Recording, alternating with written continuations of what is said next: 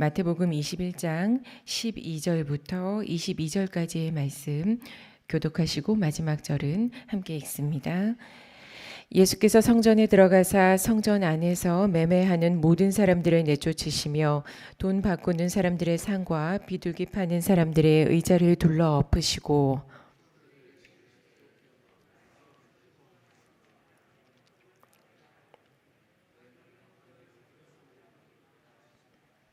맹인과 저는 자들이 성전에서 예수께 나아오매 고쳐주시니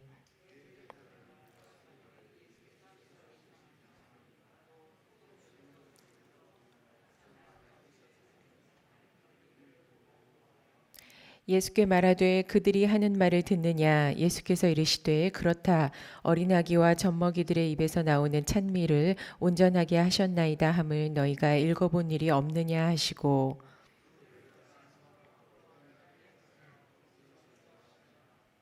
이른 아침에 성으로 들어오실 때에 시장하신지라.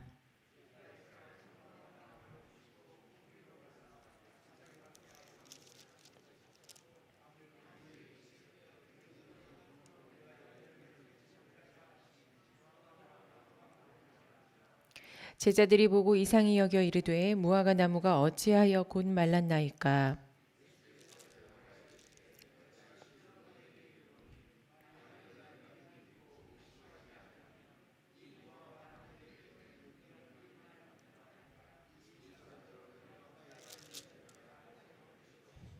함께 읽습니다. 너희가 기도할 때에 무엇이든지 믿고 구하는 것은 다 받으리라 하시니라. 아멘. 교회의 기도, 성도의 믿음이라는 제목으로 말씀을 함께 보겠습니다. 어제 드디어 예수님께서 예루살렘으로 오셨습니다. 주님께 쓰임받은 나귀를 타고 오셨고 호산나라고 외치는 찬미를 받으셨습니다. 오늘은 예루살렘 입성 다음 날의 이야기입니다. 지금부터 25장까지는 예루살렘 안에서 벌어진 논쟁들과 그 가운데 예수님께서 남기신 곧 있을 순환, 부활에 대한 예언, 천국, 종말과 심판, 그리고 가장 큰 계명인 사랑에 대한 이야기가 이어집니다. 오늘부터 시작되는 내용은 예루살렘 안에서 특히 성전뜰과 성으로 들어오시는 길가에서 하신 말씀인데 적지 않은 공격이 예상될 만큼 강력한 선포를 시작하십니다. 23절을 보시면 네가 무슨 권위로 이런 일을 하느냐 또 누가 이 권위를 주었느냐라는 질문까지 받게 됩니다.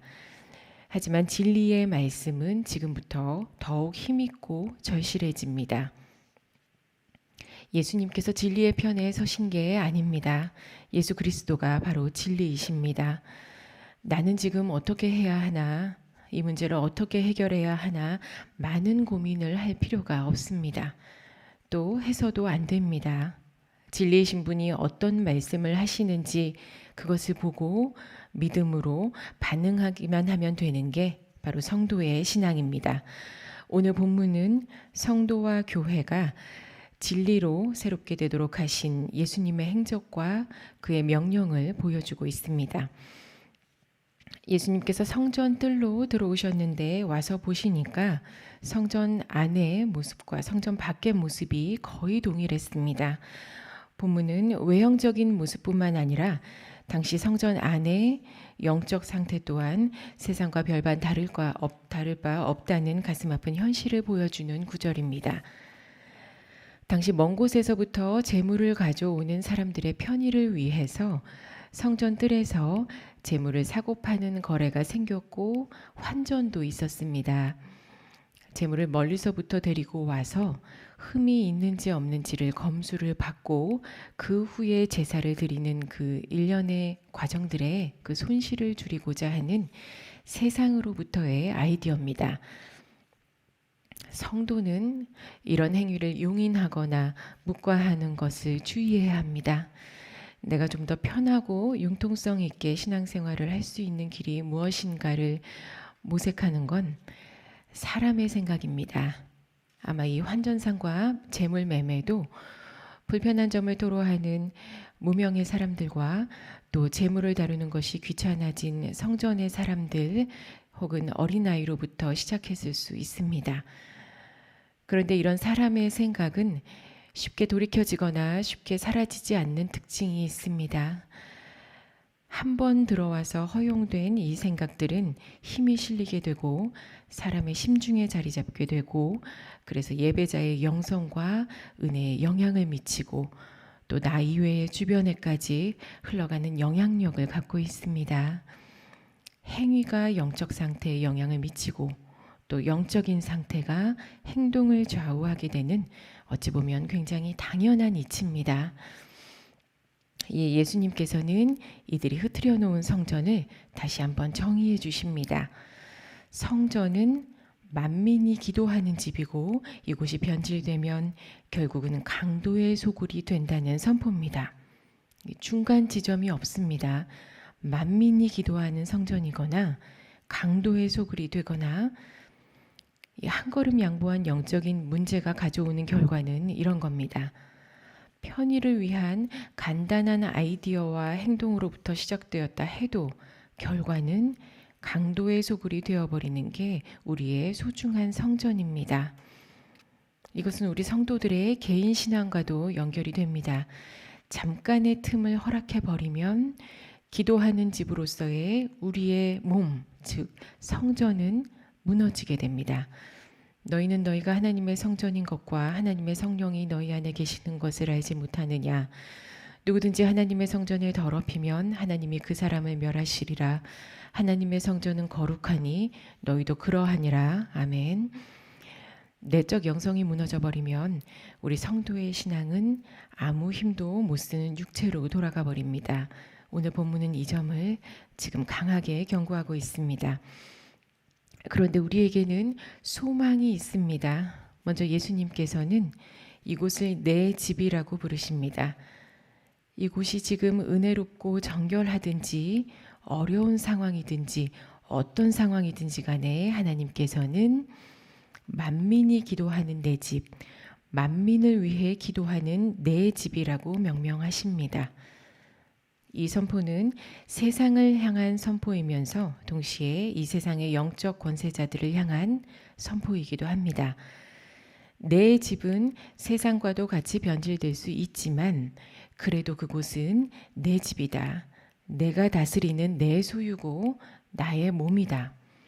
예수 그리스도께서 그의 몸된 교회가 어떤 상황에 처해 있든지 내 집이라고 선포하시는 건 교회를 끝까지 다스리고 책임지실 분이 바로 예수님밖에 없다는 사실을 알리시는 겁니다. 교회를 살리시고 교회를 지키시는 분은 오직 예수 그리스도 한 분이십니다.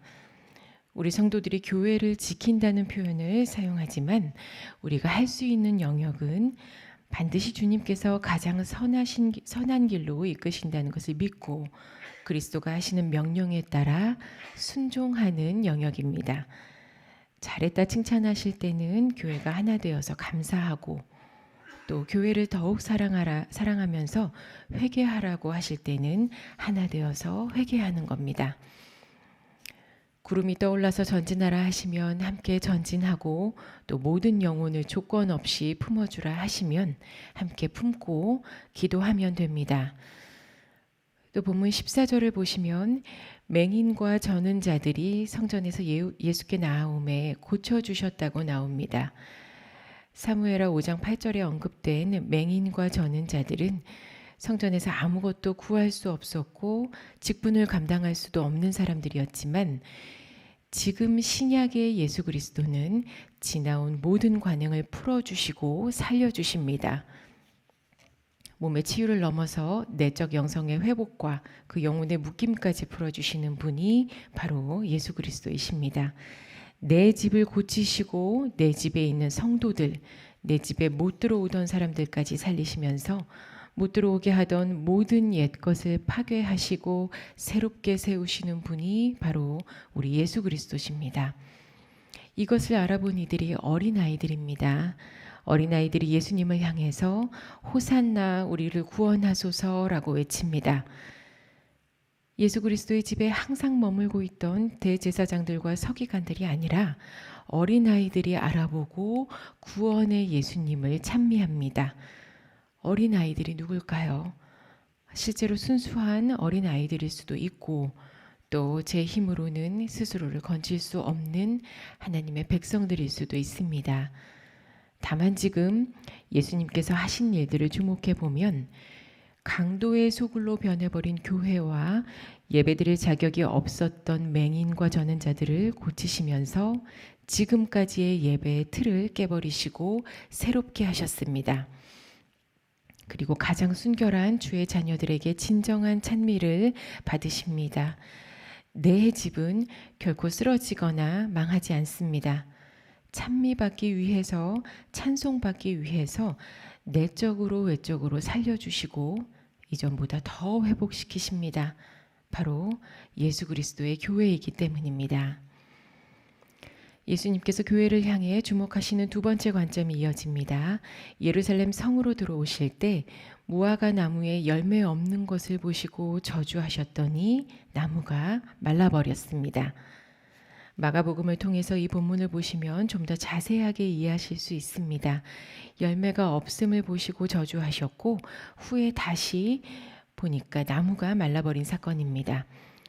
만민이 기도하는 집에서 새롭게 거듭난 성도들에게 주님이 요구하시는 것은 바로 믿음입니다. 무화과 나무를 살고 죽게 하는 것을 통해서 믿음의 기도가 무엇이고 왜 지금 그것이 필요한지를 우리에게 보여주고 계신 겁니다. 예수님께서는 이 믿음을 첫째로 성도에게, 둘째로 교회에게 요구하십니다. 잎사귀가 무성하니까 열매를 맺을 수 있다는 나무라는 건데 성도가 기도하는 집에서 열매 없는 신앙생활을 한다는 것은 곧 말라버릴 결말을 기다리고 있는 모양과 같습니다. 또 교회가 열매를 맺지 못한다는 것 또한 말라버릴 결말을 향해 가고 있는 것과 동일합니다. 열매를 맺으려면 성도와 교회는 하나님의 뜻이 반드시 이루어진다는 것을 믿고 기도로 나아가야 합니다. 마가복음 11장입니다. 보소서 저주하신 무화과 나무가 말랐나이다. 22절입니다. 예수께서 그들에게 대답하여 이르시되 하나님을 믿으라. 하나님을 믿으라. 하나님의 어떤 것을 지금 믿으라는 걸까요? 만민이 기도하는 내 집에서 하는 모든 기도를 반드시 듣고 계신다는 것과 응답할 테니 열매 맺어라 말라버리지 말아라는 것이 바로 하나님을 믿는다는 겁니다. 교회도 마찬가지입니다. 교회가 마음을 모아야 하는 방향은 오직 예수 그리스도이고 호산나 교회를 구원하실 분도 오직 예수 그리스도라는 진리에 마음을 모아야 합니다. 간절히 빌어보고 얻어내기 위한 기도나 되면 감사한 정도의 힘없는 기도를 드리기에는 그리스도의 성전은 너무 고귀한 곳입니다. 앞서 맹인과 다리 저는 자들을 고쳐주심으로써 모든 이들이 교회로 들어올 수 있게 하셨습니다. 또 무엇이라도 기도할 수 있는 천국을 만들어주셨잖아요.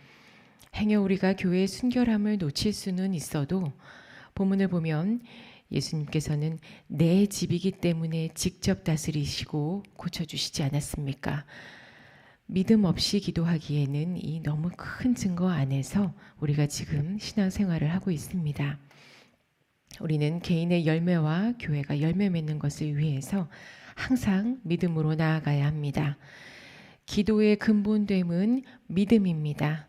하나님께서 하실 일을 믿고 믿으니 예수님을 찬미하면서 올려드릴 수 있는 것이 기도입니다. 믿고 기도하는 것은 다 받을 것이라고 오늘 말씀하셨습니다. 이 약속을 성도와 교회가 함께 믿음으로 바라보기만 하면 응답은 반드시 이루어집니다. 이 믿음의 기도를 지켜가고 열매 맺기 위해서 오늘 본문은 사람의 생각에서 비롯되는 모든 신앙의 요소를 버리도록 말씀하셨습니다. 진리의 예수님께서는 내 집이 계속해서 기도하는 집이라 불릴 수 있도록 우리가 또 교회가 신앙의 정수를 지켜가라 하십니다. 오늘 이것을 기도하시기를 권합니다. 내가 마르지 않고 열매 맺는 성도가 되기를 기도하시고 믿고 기도할 수 있는 믿음을 구하십시오. 그리고 교회가 열매를 풍성히 맺을 수 있도록 하기 위해서 항상 그리스도께서 교회를 정결하게 해주시기를 함께 기도해 주시기 바랍니다. 특별히 오늘은 기도 제목을 갖고 교회로 오신 성도분들과 영상으로 함께 하시는 분들 모두 다 응답된다고 하신 말씀을 믿고 확신하면서 기도하시기를 바랍니다. 이 말씀과 우리의 믿음 때문에 반드시 하나님의 역사는 일어납니다. 오늘 사랑하는 우리 성도분들이 귀한 응답을 가지고 돌아가시기를 간절히 소원합니다. 그렇게 믿음으로 기도하시기를 바랍니다. 기도하시겠습니다.